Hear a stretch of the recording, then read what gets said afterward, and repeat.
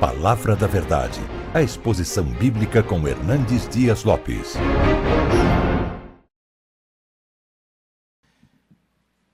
Que coisa boa estarmos juntos nesta tarde para refletirmos um pouco sobre a palavra de Deus e o que Deus tem para nós. Parabéns pela iniciativa deste encontro, que tem sido semanalmente uma fonte de inspiração para tantas pessoas. Eu quero ler com vocês o texto de Efésios, capítulo 3. Efésios, capítulo 3, versículos 14 e 15. Apenas a introdução desta oração que Paulo faz, é a segunda oração que ele faz nesta carta aos Efésios. Ele que estava preso na cidade de Roma, ele que impossibilitado de visitar as igrejas, escreve cartas para as igrejas, e aqui ele faz uma oração, e eu vou pegar apenas a introdução desta oração, para servir de tema para a nossa palavra aqui hoje à tarde. Efésios 3, 14 e 15 diz assim: por esta causa me ponho de joelhos diante do Pai, de quem toma o nome toda a família, tanto no céu como sobre a terra. Fundamentado nesse versículo 14, eu gostaria de evocar uma frase já conhecida de vocês, mães, mulheres, servas de Deus, que tem circulado o Brasil todo, e o tema é esse: mães de joelhos, filhos de pé. Mães de joelhos, filhos de pé. Por esta causa me ponho de joelhos diante do Pai. Há momentos na vida em que a urgência do pedido nos leva a nos humilharmos debaixo da poderosa mão de Deus. Há momentos na vida em que as circunstâncias nos levam a nos quedarmos aos pés de Deus. E eu estou absolutamente seguro e certo de que nenhuma causa é mais urgente do que a causa da nossa família, a causa dos nossos filhos. Nós vivemos num mundo distraído com muitas outras coisas. Nós talvez gastamos a maior parte do nosso tempo correndo atrás de coisas. Nós investimos nossa maior energia para construir coisas, para alargar o nosso patrimônio. Mas o que vai permanecer não são coisas. Coisas vão ficar. Coisas vão ser combustível para o fogo. Quando Jesus voltar, as obras que nós tivermos construído vão perecer. Mas a nossa família vai ficar. A nossa família é o nosso verdadeiro tesouro. A nossa família vale mais do que coisas. Entendendo isso, nós deveríamos investir o melhor do nosso tempo, a maior energia e os nossos maiores esforços para lutar pela nossa família, maiormente pelos nossos filhos. O apóstolo Paulo entendeu que Deus é aquele que toma o nome de toda a família no céu e na terra. Conceito de família me remete para Deus, porque Deus é o Deus Pai, Deus é o Deus Filho, Deus é o Deus Espírito Santo. Sendo um só Deus, subsistem três pessoas em plena comunhão, servindo para nós de exemplo e de modelo do que é nos relacionarmos em profunda comunhão. Então, pensando nesta oração do apóstolo Paulo, eu gostaria que nós olhássemos aqui alguns princípios. Mães de joelhos, para que tenham os filhos em pé, são aquelas mães que na correria da vida, no trânsito complicado de São Paulo, na agenda congestionada do lar ou do trabalho fora do lar, são mulheres que encontram tempo e priorizam a intercessão pelos filhos. Se nós não agendarmos, nós não teremos tempo.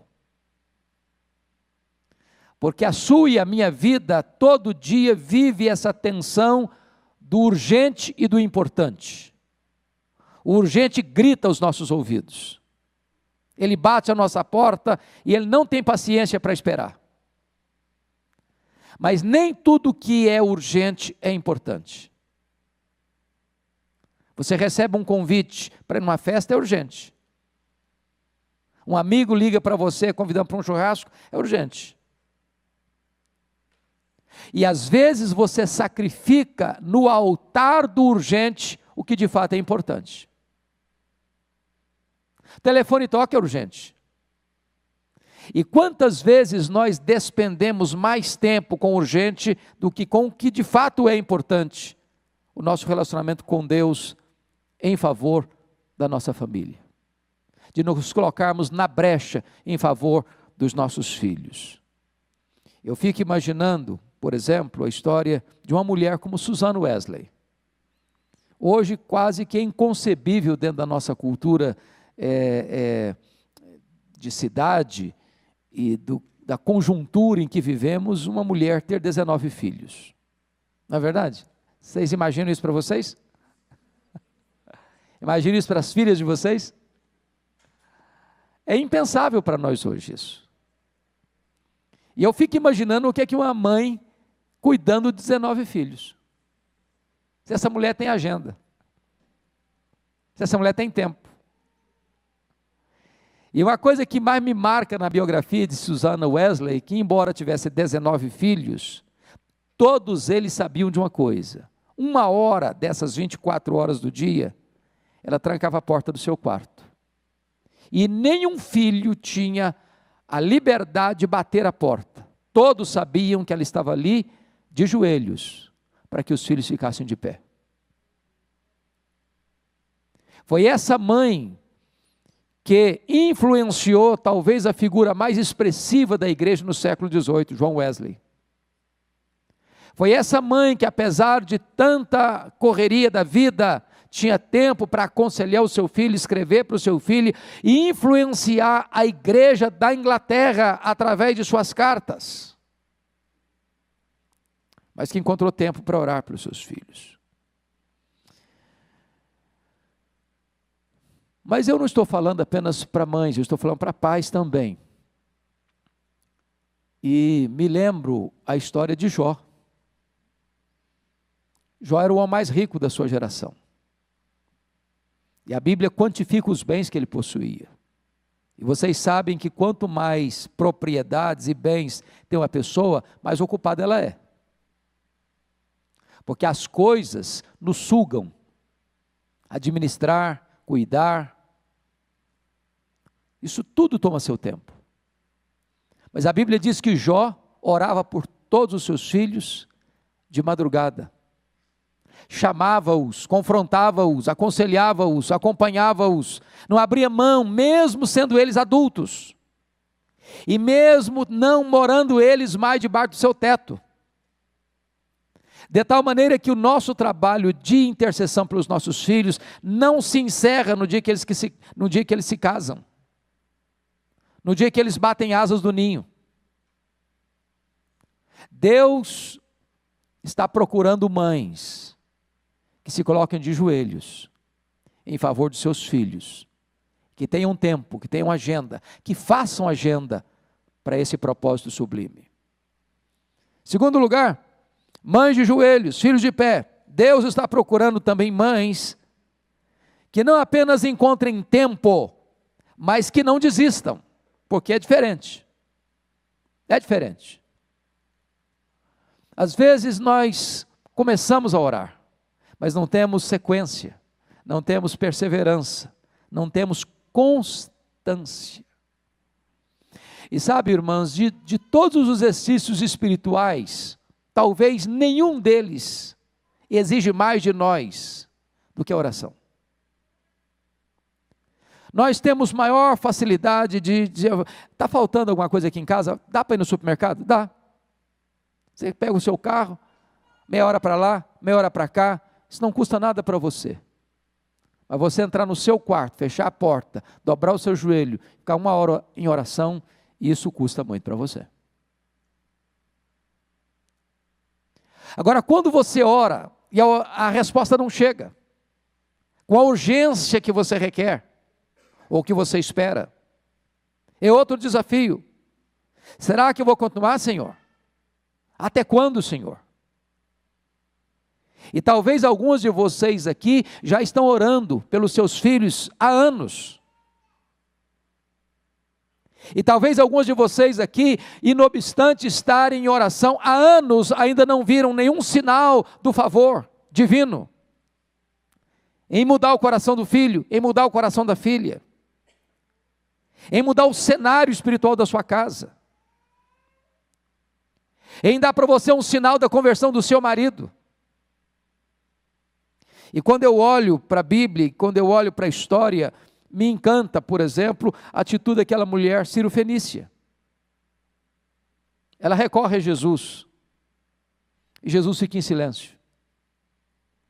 Os discípulos se aproximam de Jesus, o Senhor despede essa mulher, está incomodando. Agora imagine você estar clamando com urgência por uma filha que está passando um momento amargo, se sentir dispensada, se sentir um objeto descartável.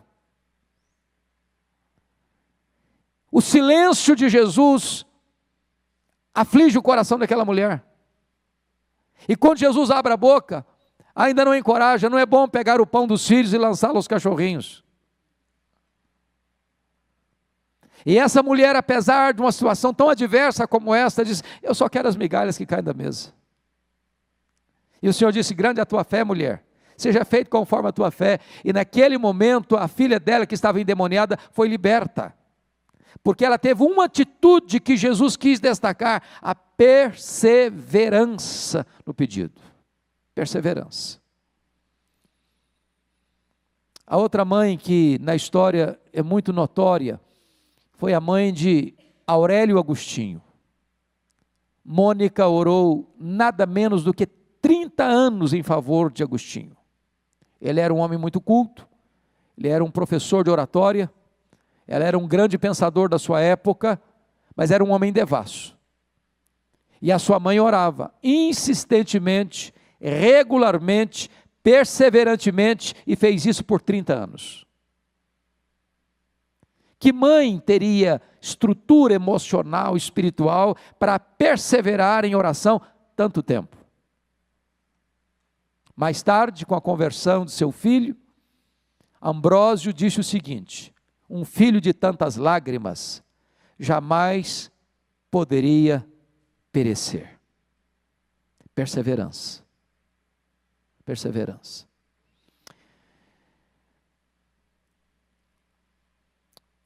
Há um exemplo que me marca profundamente, e esse livro, quando li, abençoou muito a minha vida,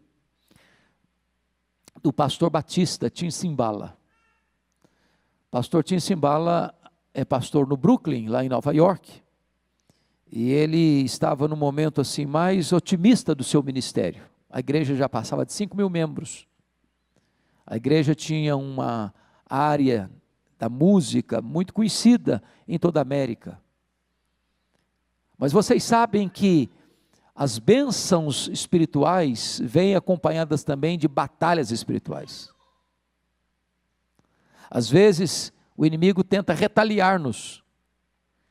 E a maneira mais profunda de retaliar contra nós é atingir os nossos filhos. E então um dia o pastor Tim Cymbala chegou em casa, e a sua filha adolescente, a primogênita, disse para ele assim, papai, eu estou saindo de casa, não quero saber da igreja, não quero saber de Bíblia, quero curtir a vida. Imagina o que é um pai, pastor, escutando isso de uma filha adolescente. E ele pediu, ele insistiu, mas não adiantou, a menina botou uma mochila nas costas, saiu o portão afora. Pastor Tim Simbala chegou a pensar em largar o ministério. Um dia um colega dele liga para ele da Flórida e disse assim: pastor, esquece essa menina, toca a sua vida, ela não está nem aí com você. Mas aqui está um ponto crucial: como é que você vai para o trabalho tranquila, sabendo que um filho, uma filha está desviado do Evangelho? Como é que você vem para a igreja em paz, sabendo que dentro da sua casa tem alguém que se afasta e vira as costas para Deus? E então o pastor Tim Simbala narra que um dia ele foi para a igreja e numa vigília de oração, uma irmã se levanta e disse assim para ele: pastor Tim Simbala, a nossa igreja nunca chorou pela sua filha, a nossa igreja nunca levantou um clamor em favor da sua filha. E ele diz que naquele momento os crentes deram as mãos, fizeram um grande cordão de isolamento ao redor dos bancos, e aquele templo se transformou numa sala de parto, de soluços, de gemidos, de lágrimas. Quando ele retorna para casa de madrugada, ele disse para sua esposa assim: querida, eu não tenho dúvidas de que Deus libertou a nossa filha nessa madrugada. 2 dias depois, a campainha toca, bem de manhã, a mãe foi à porta para abrir, era sua filha, em lágrimas. Ela entra para dentro da casa, vai ao quarto onde estava o seu pai, agarra-se aos pés do pai e diz: papai, me conte o que aconteceu há 2 dias de madrugada. Eu estava em casa, fui acordada, tomada por uma profunda convicção de pecado, parece que escamas caíram dos meus olhos. Eu quero dizer para o Senhor que eu estou de volta para a minha família, eu estou de volta para a minha igreja, eu estou de volta para o meu Deus. É muito importante nós entendermos que precisamos perseverar em oração, ainda que agora você não esteja vendo nenhum sinal de mudança, persevere, porque quem age é Deus, e quando Deus age, ninguém pode impedir a sua mão de agir. Mães de joelhos, filhos de pé, são mães que têm coragem de consagrar seus filhos para cumprirem o propósito e a agenda de Deus. O que eu estou falando parece ser muito óbvio, mas não é não. A nossa geração hoje aspira grandes coisas para os seus filhos, mas grandes coisas à luz do mundo. Quero que meu filho seja um grande profissional, seja um grande empresário, ou seja alguém de ponta na área da ciência, da educação, que alcance o pináculo da pirâmide social, que seja alguém aplaudido pelo seu conhecimento, pelos seus talentos, pelos seus dons, pelas suas conquistas. Nós estamos vivendo uma geração, irmãos, que nós temos um pouco de dificuldade de dizer: Senhor, manda obreiros para a tua seara, mas se possível, manda os filhos dos outros, o meu não, deixa o meu tranquilo. Manda missionários, Senhor, mas que não passe pela minha casa.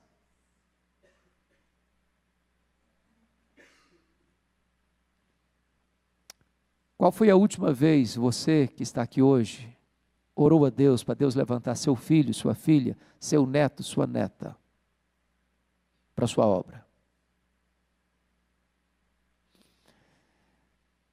Deixa eu pensar com você sobre a mãe de Ashbel Green Simonton. Foi um missionário pioneiro que veio aqui para o Brasil em 1859 para plantar a que nós chamamos da Igreja Presbiteriana do Brasil. Ele era o filho caçula. Eram 9 irmãos. Seu pai era um presbítero. Seu pai era médico. Seu pai era deputado, já por 2 legislaturas. E quando aquele menino nasceu, o caçula, seus pais tomaram a decisão de consagrá-lo para a obra de Deus. E o que eu acho bonito quando você estuda a história é que Deus honra essa atitude de pai e mãe, desse desejo do coração. E quantos que foram levantados por Deus como expressão da resposta de Deus à oração dos pais. que com amor disseram: Senhor, aqui está no teu altar o melhor que nós temos, te entregamos. Pensa comigo na história da Ana, que era uma mulher estéril, e que chorava na presença de Deus, mesmo que o soluço era para dentro, porque ela só balbuciava, mas ao mesmo tempo que ela só balbuciava, ela despejava em catadupas a sua alma na presença de Deus. E ela fez um voto para Deus, mesmo não podendo ter filhos, mesmo sendo estéril: se tu me deres um filho varão, eu te darei por todos os dias da sua vida, e sobre a sua cabeça não passará navalha. Sabe o que significa isso? Ele vai ser consagrado como um nazireu desde o ventre. Eu quero que ele te pertença desde o ventre. Eu quero consagrá-lo antes mesmo dele nascer. Ele vai ser teu para cumprir a tua agenda e os teus propósitos, e não os meus sonhos. O que eu acho curioso é que Deus responde à oração de Ana. Deus se lembrou de Ana. Deus abriu o ventre de Ana. Ana concebeu, deu à luz um filho, a quem pôs o nome de Samuel. Mas preste atenção, quem era o sacerdote na época? O sacerdote Eli. Como é que ele estava? Avançado em idade. Quem eram os filhos dele? Hofni e Finéias. Como é que eles eram? Homens, filhos de Belial, homens devassos. Olha aí uma boa desculpa para antes: Senhor, eu prometi, mas sinto muito, mas na mão daqueles caras lá, não vou entregar o meu filho não. Eu vou cuidar dele. Mas ela fez a promessa e cumpriu a promessa, e Deus honrou a atitude de Ana, a ponto do seu filho Samuel ser o maior profeta, o maior sacerdote e o maior juiz da história de Israel, o homem que chamou de volta a nação apóstata para a presença de Deus. Mães de joelhos, filhos de pé, são mães que ousam consagrar seus filhos para Deus. Mas deixa eu levantar aqui um quarto aspecto. Mães de joelhos, filhos de pé, são mães que têm coragem de, se preciso for, se sacrificarem, para que seus filhos vivam na presença de Deus.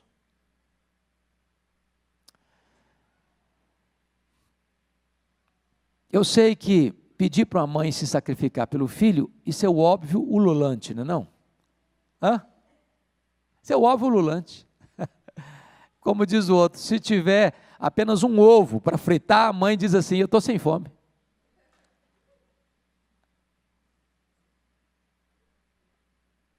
Mas,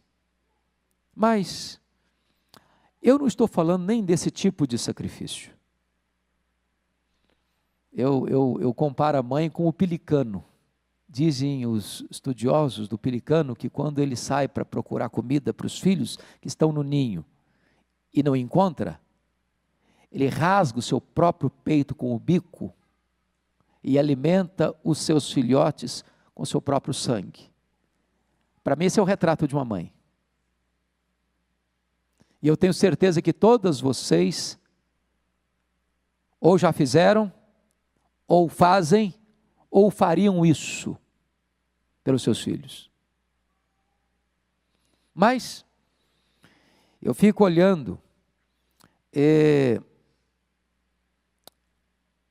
a minha própria história, porque às vezes uma mãe não precisa ser uma mulher intelectual para ter uma compreensão profunda da vida. A minha mãe era uma mulher analfabeta. A minha mãe nunca teve o privilégio de sentar num banco de uma escola. Mas eu posso garantir a vocês que nenhuma pessoa influenciou mais a minha vida do que minha mãe. Eu conheci poucas pessoas tão sábias quanto ela, no discernimento espiritual.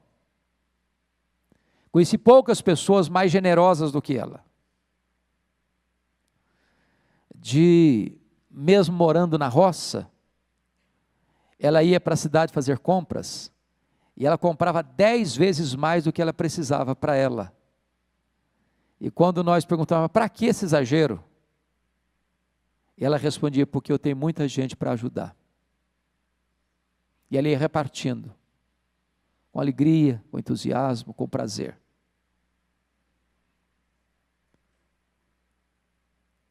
Quando ela precisou fazer uma opção entre a vida dela e a minha, porque ela estava grávida e o médico disse, ou você ou o bebê, porque o bebê não vai sobreviver, ele está em agonia de morte, ou sacrifica a criança, ou você morre com ela. A minha mãe optou em não me descartar-me do seu ventre. Ela diz, estou pronto a morrer com ele, estou pronto a morrer por ele, mas eu não desisto dele. E foi nessa conjuntura que ela me consagrou para Deus. E foi nessa conjuntura que Deus ouviu a voz dela. E foi nessa conjuntura que eu nasci.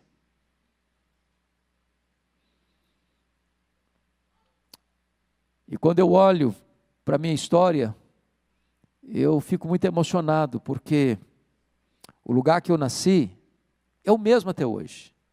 Tem a mesma quantidade de casas até hoje. É uma roça. E tem um patrimôniozinho perto.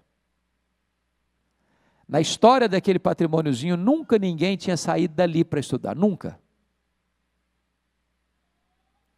E por providência de Deus, com 8 anos de idade, eu entrei na escola para ser alfabetizado.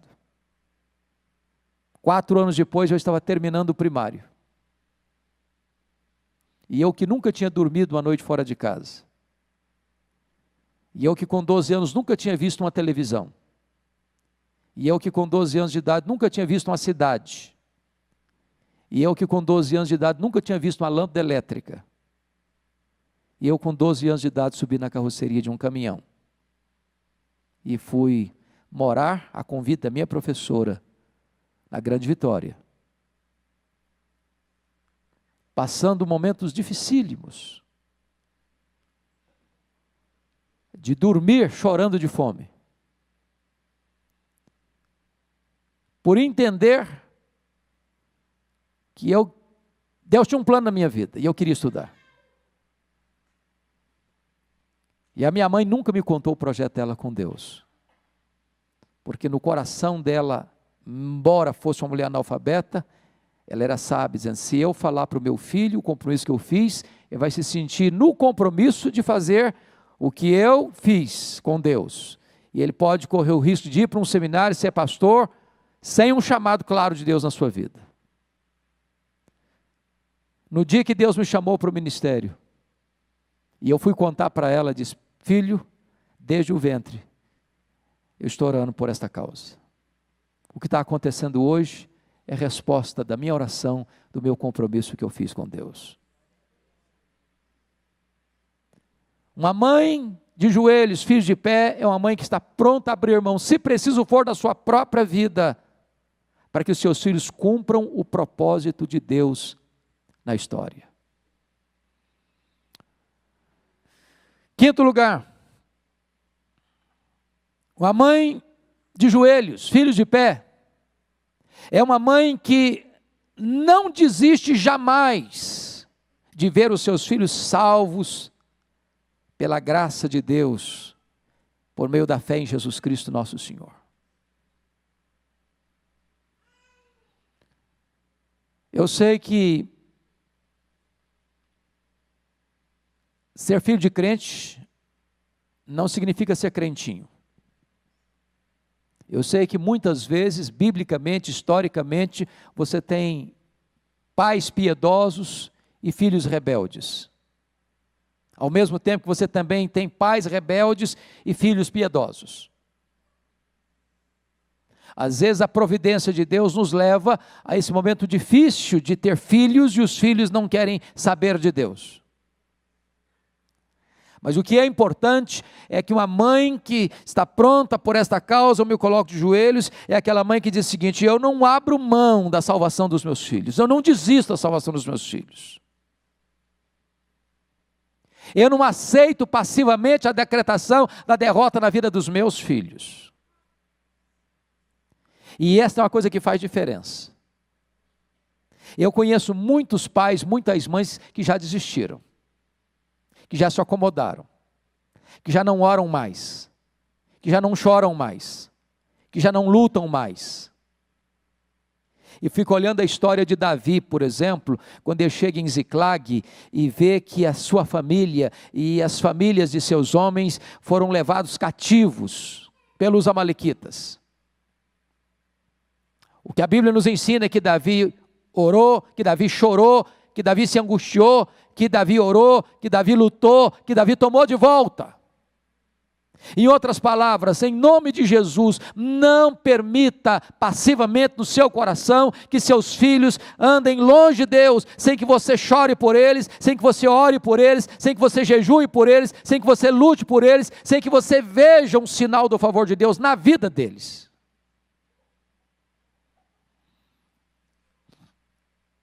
Pense comigo na história de Joquebede.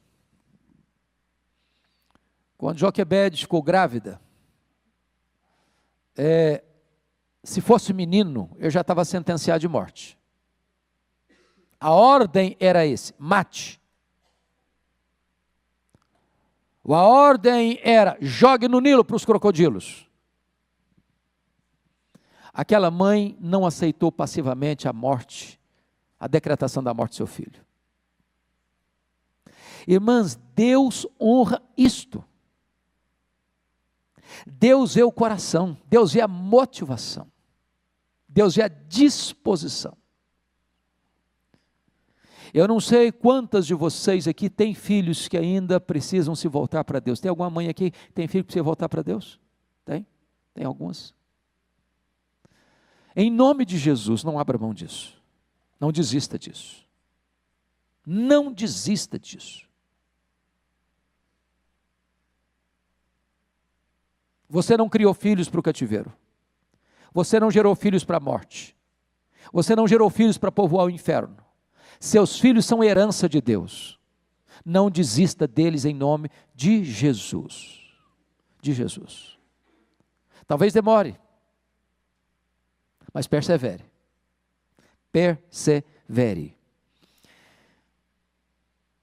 Há uma história que, desde que li, marca muito a minha vida. É a história de uma mãe na cidade de Londres.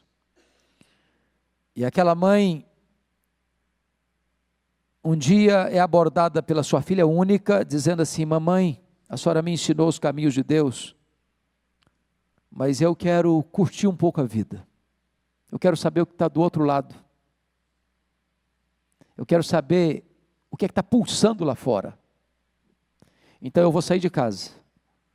E a mãe, com muita tristeza e dor, disse: não, filha, você não pode ir. Você é minha filha única. Você é a minha única companhia. Eu criei você no Evangelho. Disse: minha mãe, eu não quero ficar em casa. Eu não vou ficar em casa, eu vou embora.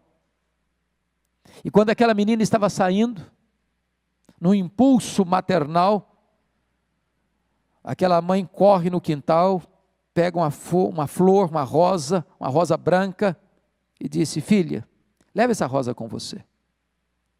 Na sua caminhada pela vida fora, onde você ver uma rosa branca como esta, lembre-se, sua mãe está aqui orando por você, chorando por você, jejuando por você, aguardando a sua volta para casa e a sua volta para Deus.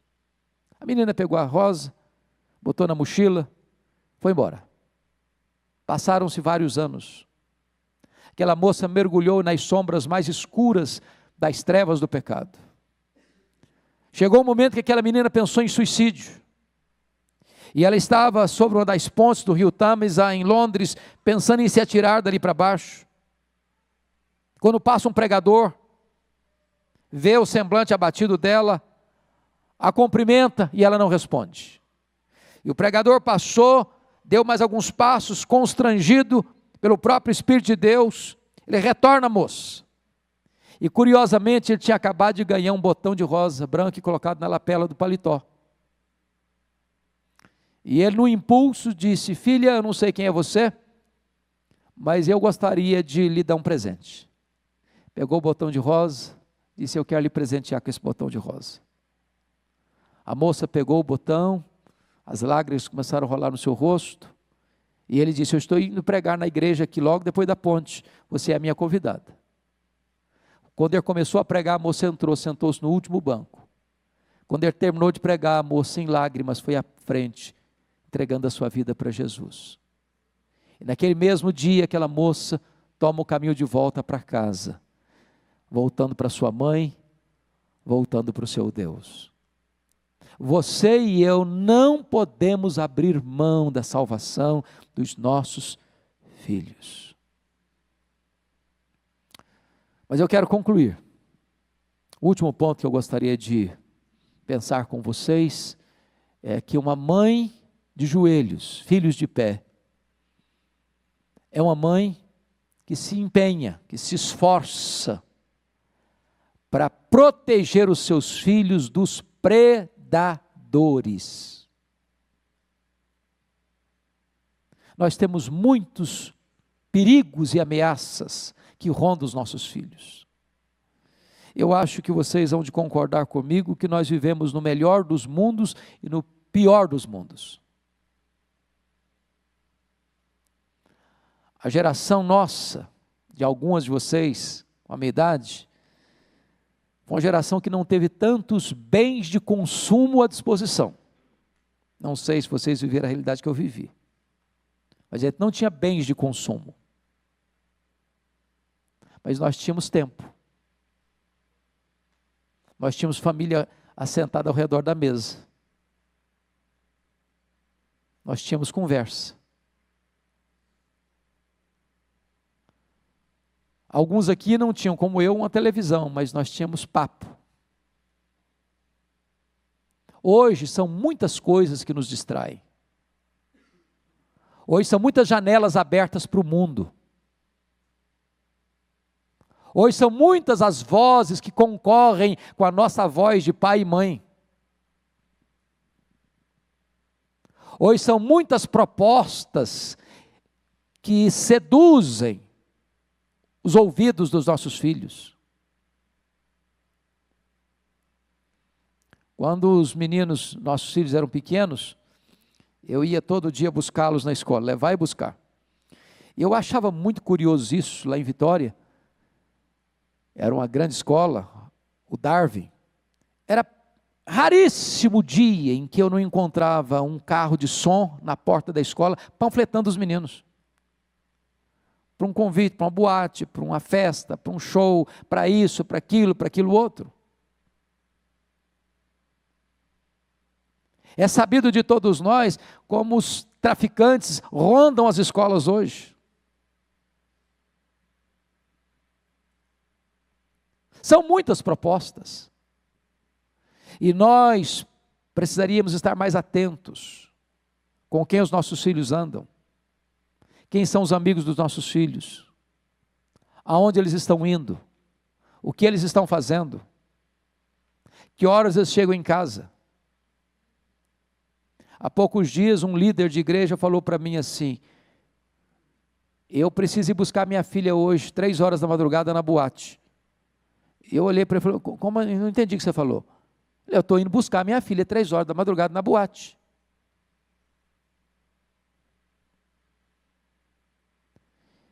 Parece que isso já é comum.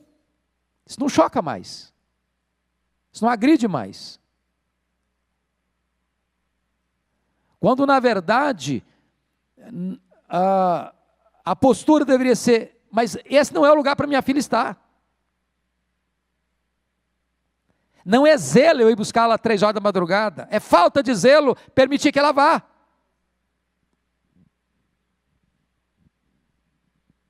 Nós estamos vivendo uma geração que pai e mãe não quer dizer não mais para os filhos, porque dizer não custa. Dizer não gera cara feia.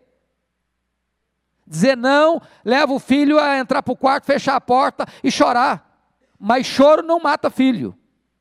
Cara feia não mata filho. Mas falta de limites mata. Pai e mãe precisa ter coragem de dizer não. Pai e mãe precisa colocar limites, porque limite é prova de amor, de cuidado, de zelo.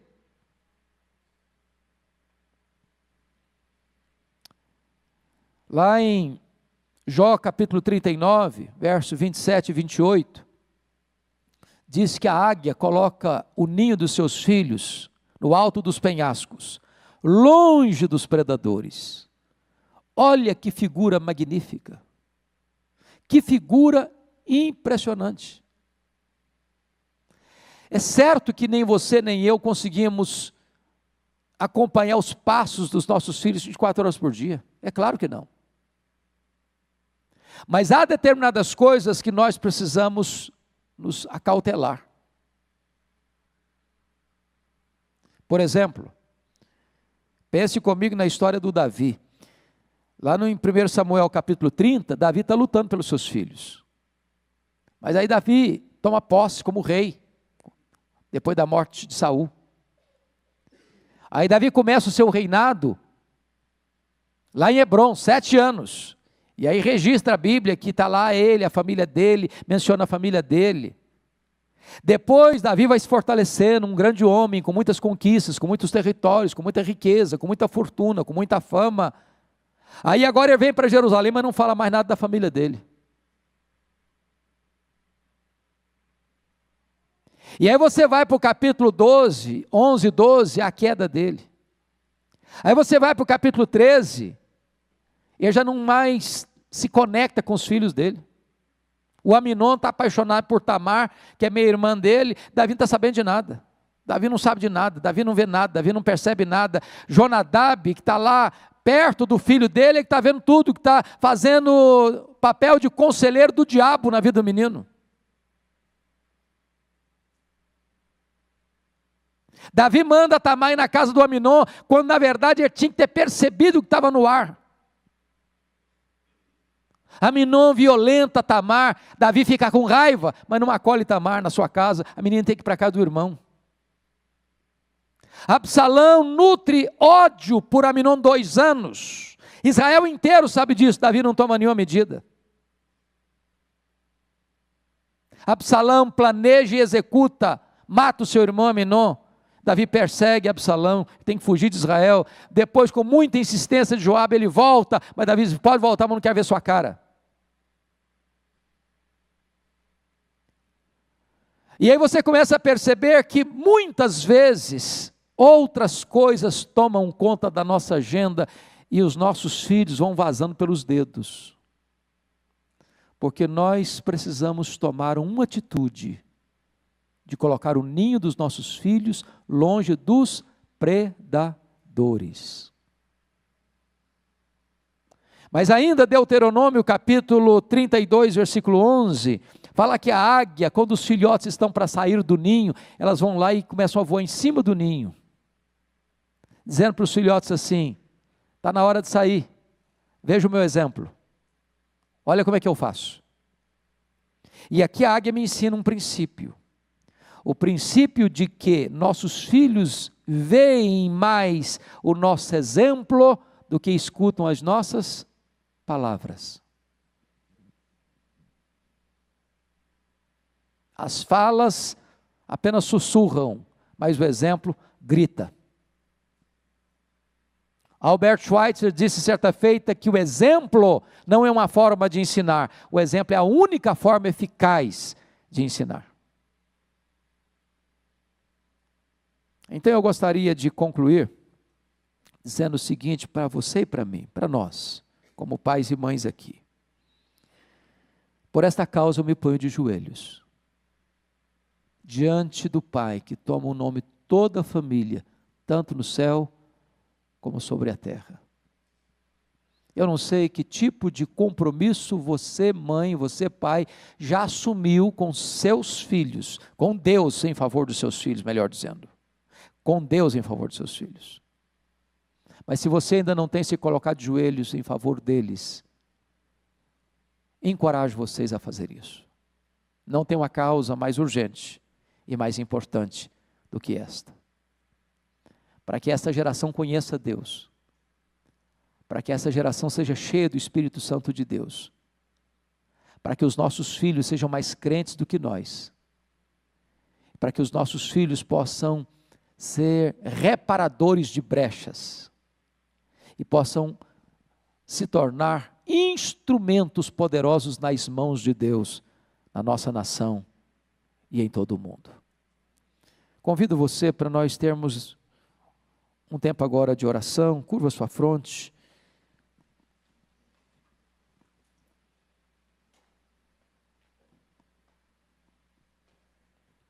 E eu vou fazer esta oração e pedir então permissão a vocês para sair imediatamente, que já está exatamente cronometrado dentro do meu horário de estar no aeroporto, tá bom? Então feche os seus olhos, curva a sua fronte, por favor.